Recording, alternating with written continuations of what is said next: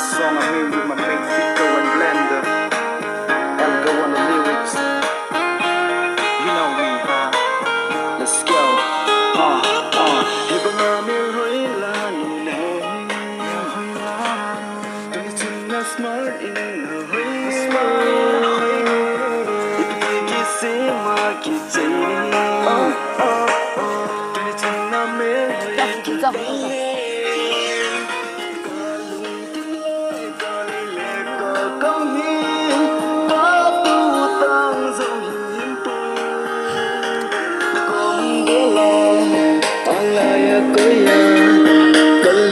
Xin em thì dính đinh bồ lung cái ghế.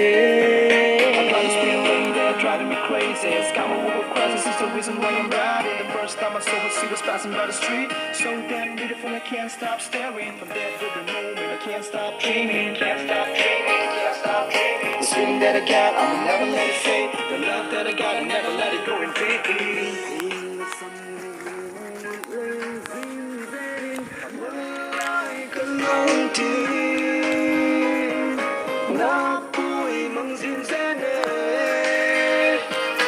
Xin khóc đó cả hi này san tí tàn vơi ra xin na bồ mê đây đây na mê ngày nu thì con amel hoi la nu nai tôi chân na smart in na hoi ki se ma ki chai tôi chân na mê hơi kỳ đắng nghe cả lùng tiếng lệ cả lệ lệ cả công hiến cả tu tăng dấu hiệu hiếm tô để bom để là ang laya kaya cả lùng xít e đi riêng đinh bồ lùng mình cả ghé.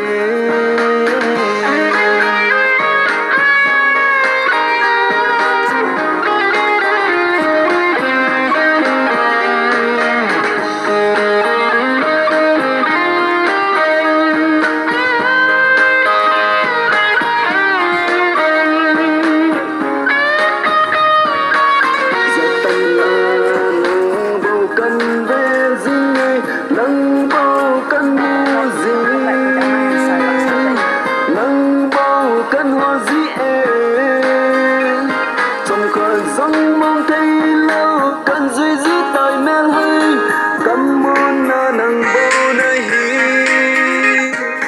cần đuôi na dòng này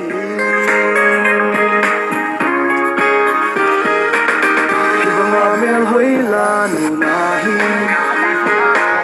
tôi chân na smart nên na hơi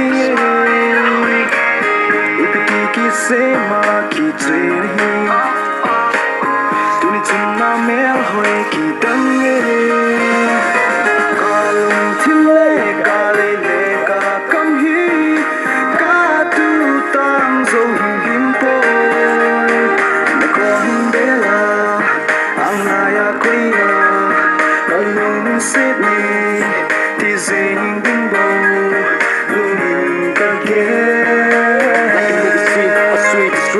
Alive next to you, so secure, was so free. Everything the world set my breath away. Feeling your lips on my fingertip. Part of you got me strong, feeling love for everything you feel. Face with a smile with that haze alive. But you star mode, heaven destiny. But you and me are be a rain. Summer sun is split, geo 24 snow in the winter, baby when I